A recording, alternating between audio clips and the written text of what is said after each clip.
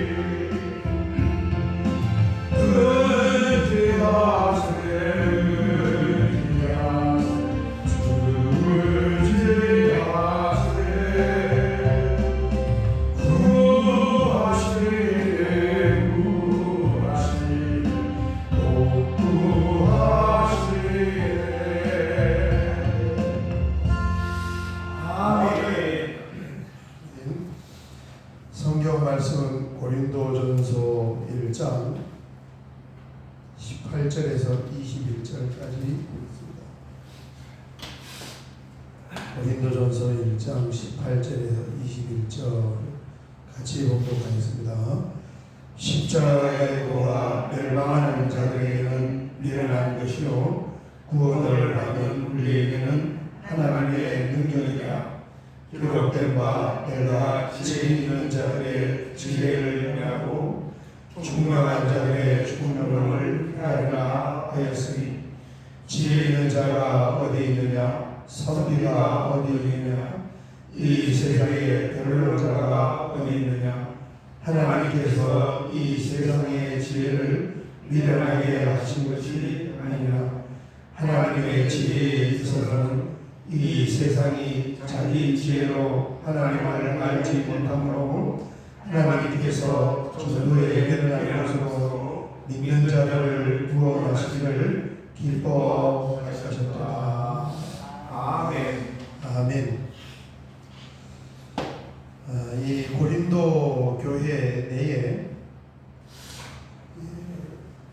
큰 문제들이 많이 있었습니다. 지금 우리로 보면 굉장히 심각하고 치명적인 그런 문제들이 많이 발생을 했는데 그 사건을 바라보는 이 바울의 표현, 바울의 정의는 뭐냐 하면은 3장 1절 2절에 나오는 것처럼 어린 아이다 이렇게 표현을 했습니다. 그걸 보면서 나쁜 사람들이다, 죽일 사람들이다, 지옥 갈 사람들이다 이렇게 표현을 하지 않고 뭐라고 표현했다고요? 어린아이. 어린아이는 뭡니까? 크면은 달라지는 게 어린아이잖아요. 그러니까 믿음이 자라면은 충분히 바뀌고 극복이 될 수 있는 그런 주제다. 지금 봤을 때는 아주 심각하고 말로 표현할 수 없고 있을 수 없는 그런 일처럼 보이지만은 그게 사실은 믿음이 자라면 달라질 수 있는 주제다. 이게 뭐예요? 사도 바울이 사도를 말하면 인간관이. 그러니까 아무리 흉악하고 혀를 끌끌 찰 만한 그런 죄악이 있다 할지라도 뭐라는 겁니까? 구원의 대상자이고 복음의 대상자이다. 아멘. 이게 하나님의 시선인 것입니다. 18절에서 25절이 지금 이제 이 십자가의 도가 복음이고 복음의 핵심은 그리스도, 다 같은 말이죠. 십자가의 도나 구원의 복음이나 예수 그리스도나. 그래서 24절을 보면 오직 부르심을 받은 자들에게는 유대인이나 헬라인이나 그리스도는 하나님의 능력이요 하나님의 지혜니라 그랬습니다. 예수 그리스도는 십자가의 도는 복음은 하나님의 능력이고 하나님의 지혜이다. 아멘. 이 19절, 18절 위를 보면은 지금 하나님의 능력과 지혜이신 그리스도를 지금 주제로 다루고 있는데, 이 주제는 어디에서 이해가 되어야 되냐면은 지금 큰 주제가 뭐예요? 교회 안에 있는 파벌 분쟁이 큰 주제예요. 그래서 큰 주제 안에서 지금 이해를 해야 되는데, 가장 많이 18절에서 25절까지가 지금 한 문단인데 여기에서 제일 많이 나오는 단어가 뭐냐면은 지혜입니다. 지혜. 제가 세보니까 9번 나오더라고요. 지혜. 왜 사람들이 교회 안에서 나누어지고 또 나누어질 때문에 분쟁이 일어날까?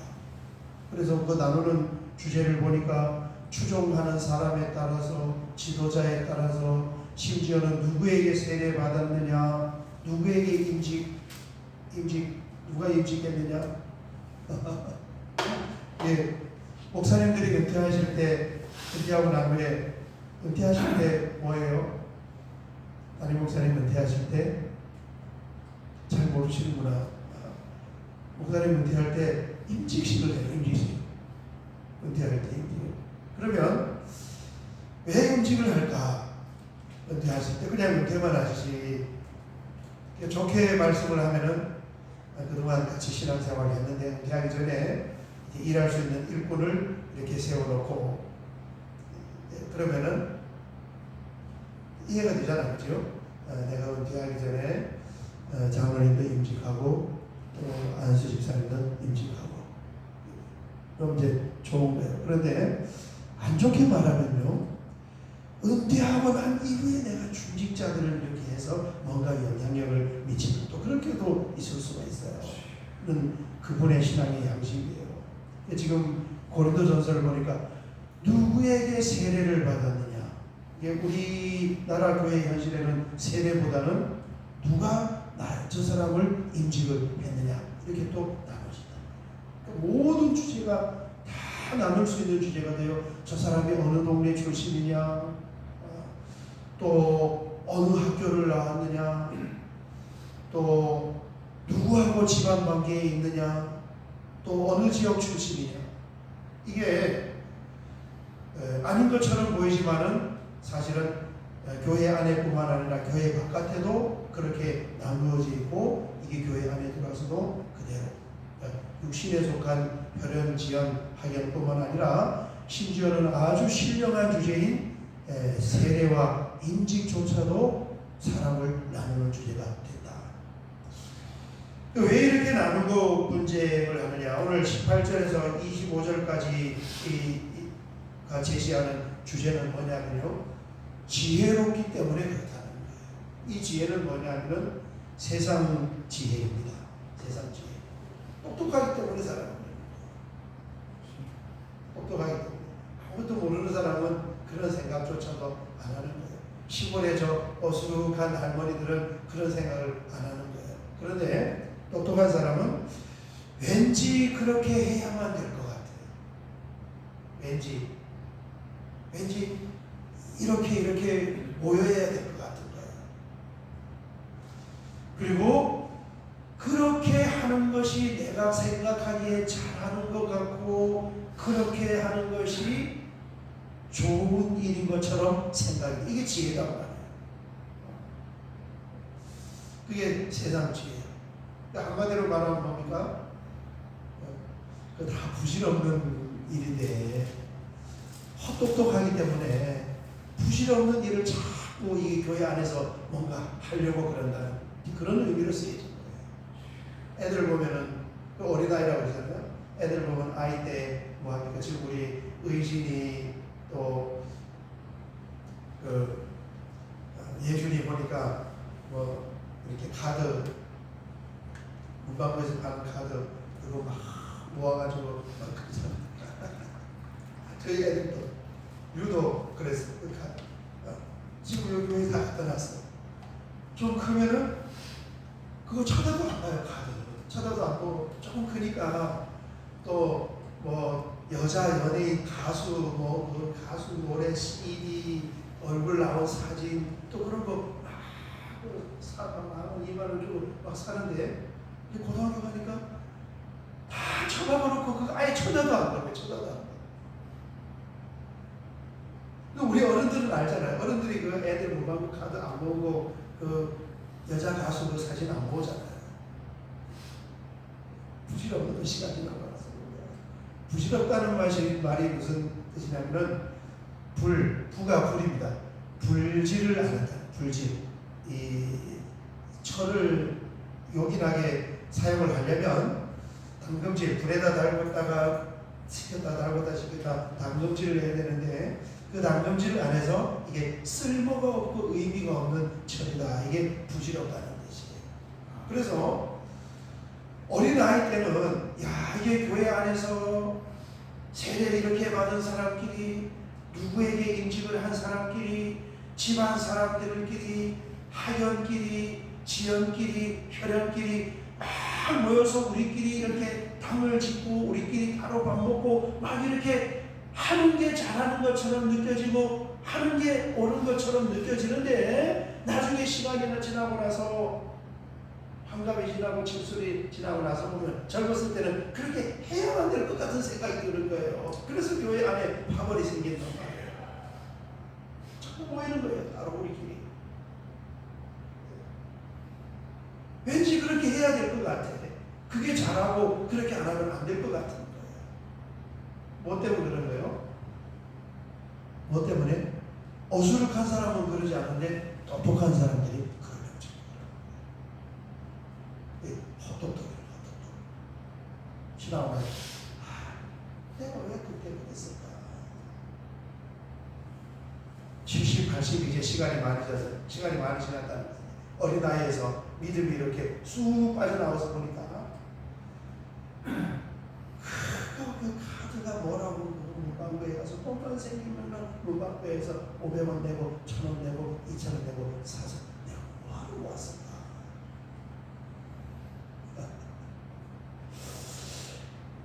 그렇습니다. 하나님의 지혜는 십자가에도 구원에도 복음 예수 그리스도가 이게 하나님의 지혜. 절대 세상의 지혜로는 그것을 깨달을 수가 없고 볼 수가 없는. 그래서 이 복음은 뭐냐면은 예수 믿는다, 예수 믿고 구원받는다는 것은요, 이게 원천적으로 사람으로서는 불가능하다는 거예요. 영이 죽어서 마비된 사람은, 그리고 제가 핸드폰 고장난 그 비유를 하잖아요. 여러분 핸드폰 물에 빠져서 고장나면 이거 고치지 않는 한에는 기능이 회복이 안 된다는 말이에요. 죽은 거예요. 그냥 고철이나 다를 바가 없어요.